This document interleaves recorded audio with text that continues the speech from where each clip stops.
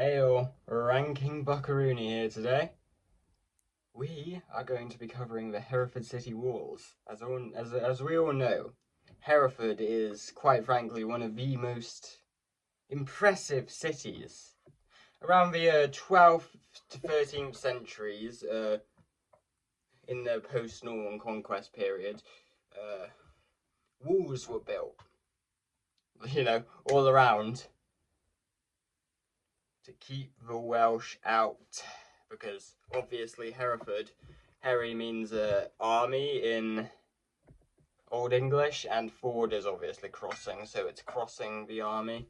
We've always been an army town, even today with a SAS camp down near Credden.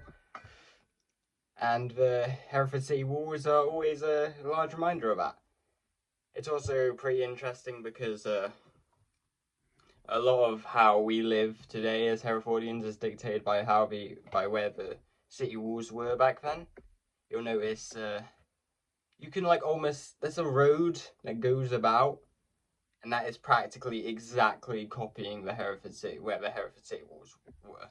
So today we're going to be recounting the surviving areas of the city wall. Obviously, because the Hereford City Council doesn't do exactly too much of a good job.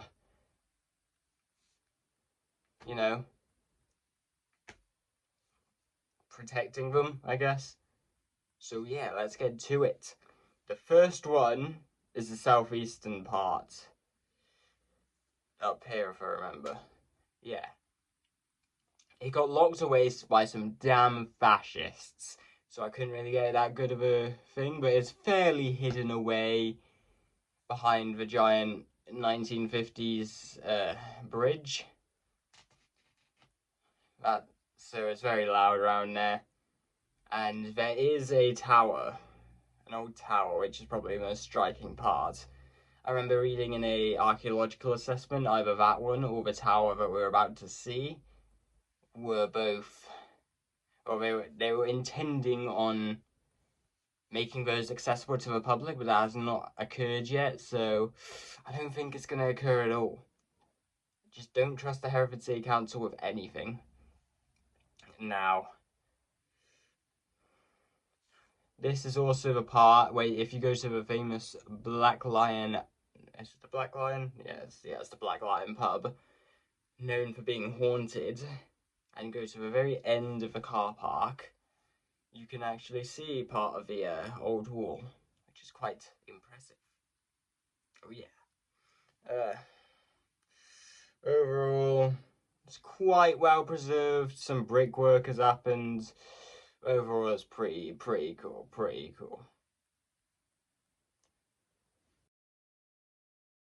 Now, this next section of the wall is definitely one of the most impressive things in the city. Very long, 130 meters. I think it's the second longest stretch of wall in the entire city. It's very tall. Again, second highest, I assume. And then at the very end, you have one of the most well preserved towers in the. Hold on.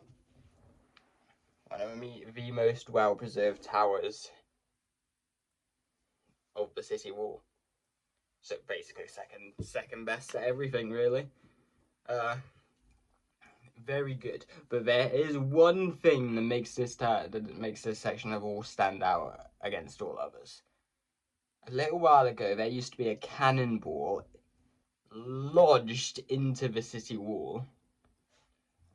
We think it's a remnant of the siege of Hereford back in the Civil War, which is cool. However, it isn't there anymore because someone nicked it.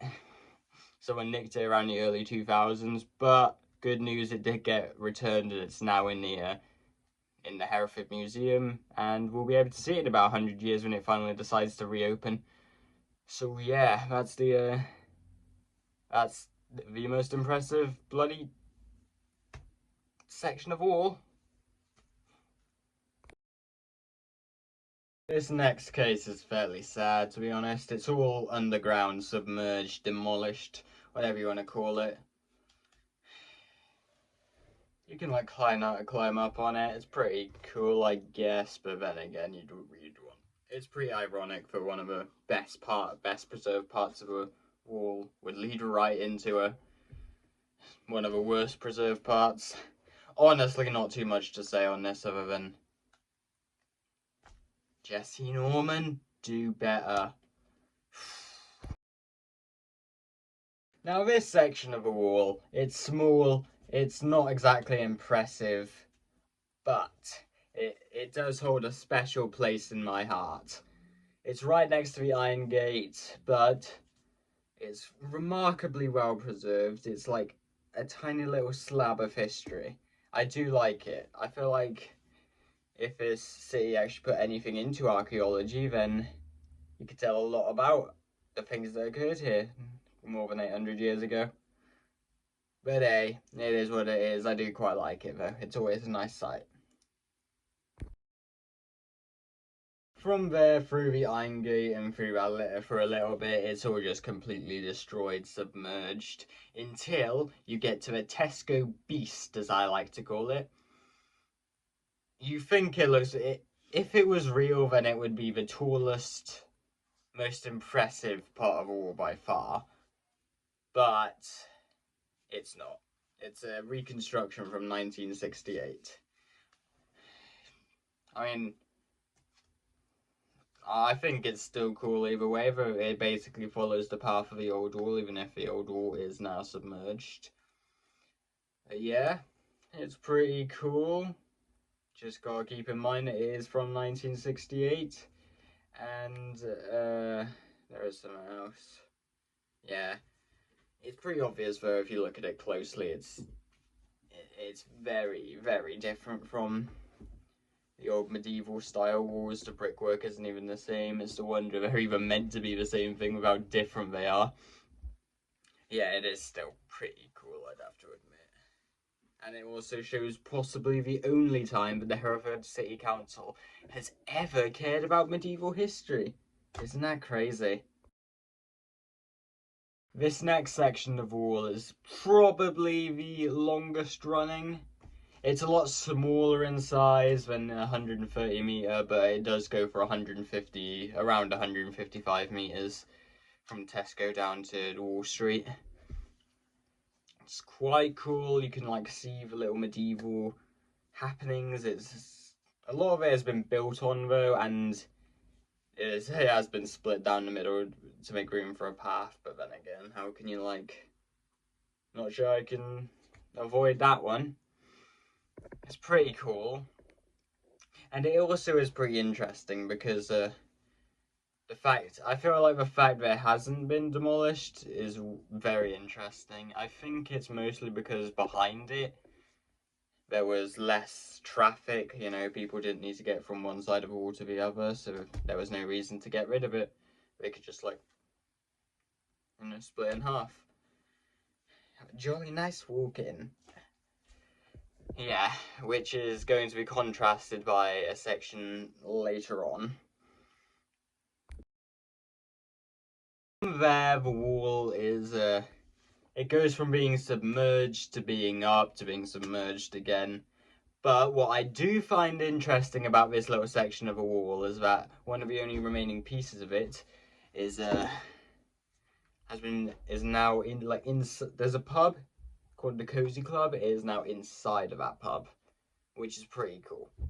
I do love the fact that it has been repurposed into something like that. And it's just so Herefordian, you know? I love it. Just love, you know, ancient medieval city wall built into a pub. And then, yeah, it goes on. Pretty cool. It's all cool. I love it. And then this is what gate is this? I don't even remember. Well then. By the Maylord Shopping Centre. Heavy quotes, like it's got 3 shops in it or something. The only reason it's called a bloody shopping centre is because there's a parking spaces beneath it. It's horrific, actually. Anyway, from there, it's like, you know, there's a whole, in the middle, there's a section of a wall. Before, not too many years ago, I see people complaining about the fact that it was completely covered by greenery, which, I mean, looking at the pictures, it was just very, very not well maintained. Thankfully now the greenery is a lot less. You can see it a lot more. I do love seeing it. It's just a nice thing, isn't it? Not too much to say. I think part of it was destroyed for the bus route, but not much you can do, I suppose. People just don't like 800-year-old walls getting in the way, I guess. And now the next case is even sadder of a case, to be honest. All the way from the Maylord, all the way down past the Kerry and into bloody... I don't even remember. But yeah, all the way from there, it's basically completely submerged. There's no gates. There's nothing.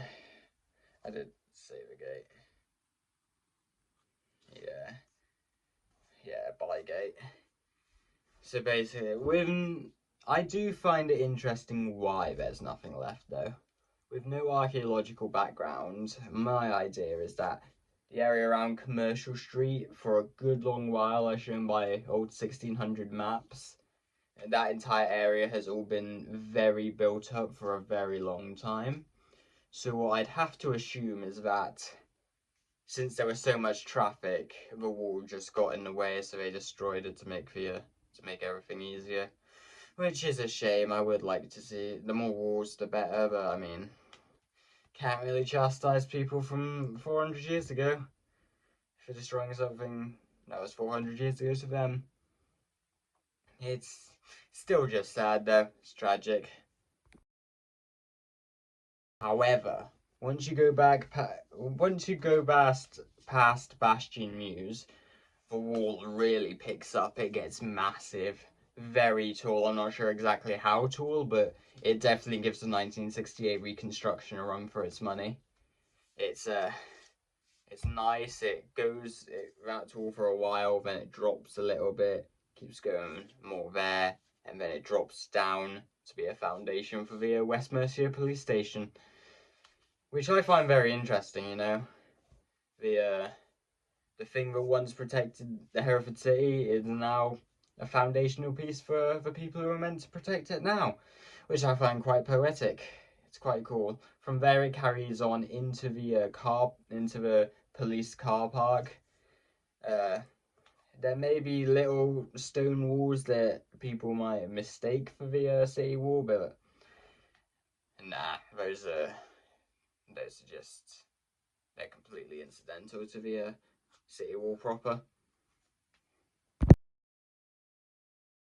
Going into another car park by this area, the little pieces of stone wall, those are what remains of a city wall. It's small, it's unassuming. People who go there, they wouldn't have a bloody clue that it was the city wall, which I find very interesting. Another thing I found interesting is that, like, from the police station to around the Barrels pub, that entire section of city wall seems to be pretty low down, which I assume is because traffic going into areas above that just means that the city wall got in the way of people.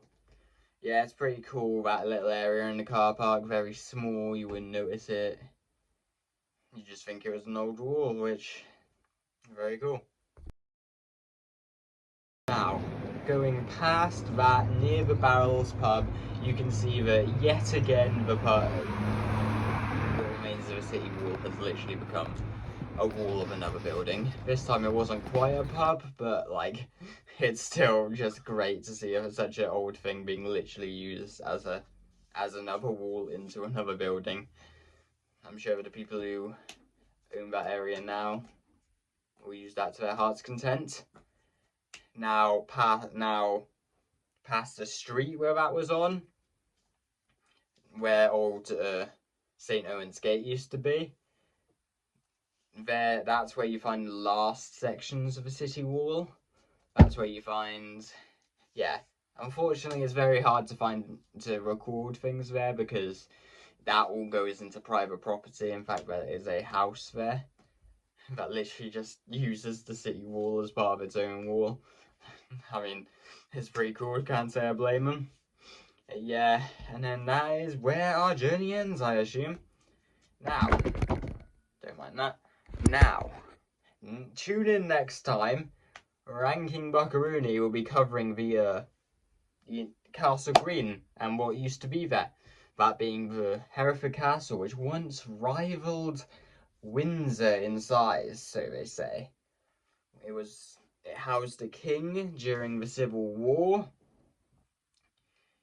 We were a strong royalist stronghold. It was quite cool. Siege of Hereford, what remains of all that, and its eventual fall. So yeah, tune into that one next time. As always, keep it in your trilobite hearts. Good evening, good night, and farewell.